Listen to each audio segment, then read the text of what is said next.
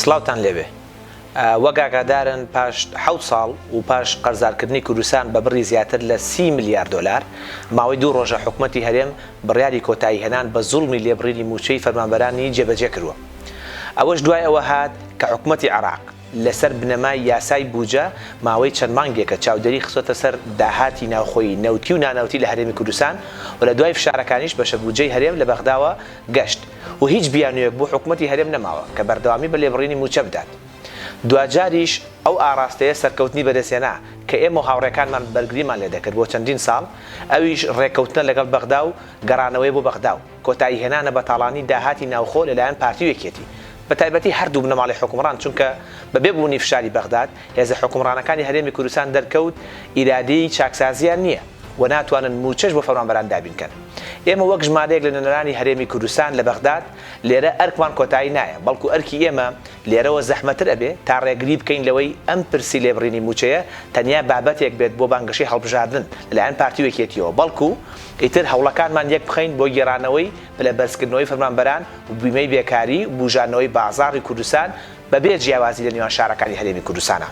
چونکە بودجە تەنیا بۆ موچەخۆران نییە، بەڵکو مافی سەرجەم هاوڵاتیانی هەرێمی کوردستانە و ئەبێ سەرجەم هاوڵاتیان لێی سوودمەند بن. بەپێی بەدەداچوونێکی درەو میدیا سەبارەت بە پرۆژەکانی حکوومەتی هەرێمی کوردستان لە سەردەمی مەسرور بارزانی واتە لە 2 ساڵی ڕابردووە نادادگەری و جیاکاریەکی زۆر لە نێوان شارەکانی هەرێمی کوردستان کراوە بە ئاستێک کە لە سەردەمی بەعزدا ئەو سزا دانەدارایی هەرێمی کوردستان لە نێوان شارەکاندا نەبووە بە شێوەیەک کە ئەو سزادانە بە ئاسانی لە نێوان شارەکانی هەرێمی کوردستانە دەرەکەوێت. بۆ نمونە حکوومەتی هەرێم لە ماوەی 2 ساڵی ڕابردووە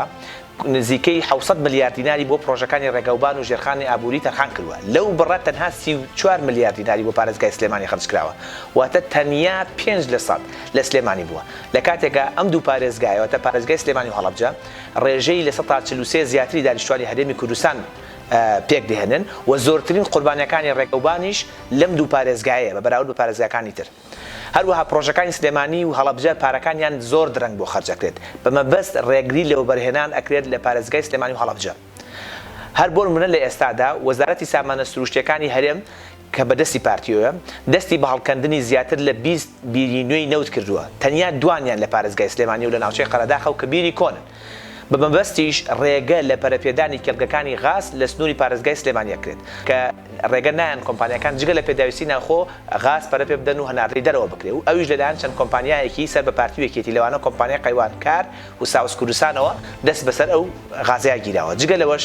سەرەڕای خراپی دۆخی ئابووری لە 7 ساڵی ڕابردوو بەڵام باج و سەرانە و کرێی خزمەتگوزاری لە دوای 2014ەوە بە ڕێژەی 74% لەسەر هاوڵاتیانی کەم دەرامەت زیاد کراوە.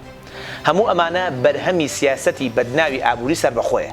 چارەسەری کۆتاییش هەڵتەکاندن و هەڵوەشاندنەوەی ئەم سیاسەتەیە بۆ ڕزگارکردنی کوردستان کە ئەمە استراتیژی ئێمە بێ و دڵنیابن کە کۆڵ نادەین. لەمڕۆوە ئەرکی ئێمە ئەوەیە بەشێک لەو بڕیار و ڕێنمایان نایاسایانی حکوومەتی هەرێم لە بواری باج هەڵبوەشێنەوە کە دژی یاسا و دەستوری عێراق و لە دژی بەرژەوەندی هاوڵاتیان و کاسبکارانیشە. هەنگاوەکانمان بەردەوام ببین تا بتوانین لە بەرژەوەندی گشتی فشار زیاتر بۆ سەر حکوومەتی هەرێم بە زیادکردنی چاودێری فیدراڵی لەسەر داهاتی نەوتی و ناونەوتی لە هەرێمی کوردستان و زیاترکردنی شەفافی لە داهاتی ناوخۆی هەرێمی کوردستان کە ئەمەش لە قازانجی هاوڵاتیانی هەرێمی کوردستان و فەرمانبەرانە. زۆر سپاس.